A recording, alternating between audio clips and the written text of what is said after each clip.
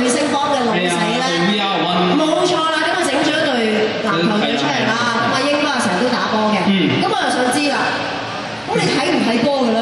我梗係睇啦，即係呢啲嘢，即係4年一度嘅盛事啊嘛，即係點都要湊下熱鬧。即係嗰啲勁嘅大比賽咧，你就一定唔會放過嘅。係啊，即係感受下嗰個氣氛，即係細個唔識呢啲嘢嘛，咁啊大個要補償翻。不過咧，其實有好多朋友都係可能咧，佢哋平時唔會落場踢波嘅，或者係中意打籃球波，但係咧去到世界盃嘅期間，一定會睇，一定會睇嘅，因為刺激嘅，即係同啲朋友就喂射。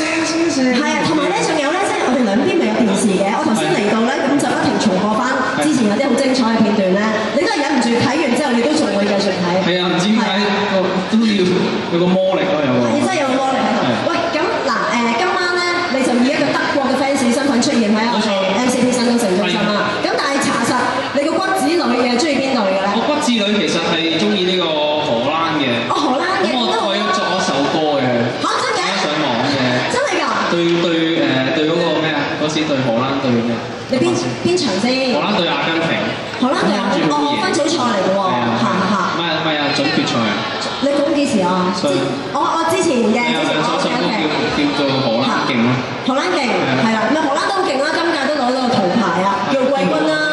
OK。都冇枉費我作俾佢嗰首歌。咁巴西你係點睇咧？巴西我覺得佢今年就因為可能我第一年睇咧，就即係熟悉咗啲咯。係啦，即係冇傳説中講到咁勁咁啦，係嘛？即係同香港差唔多，都係7-1啊嘛。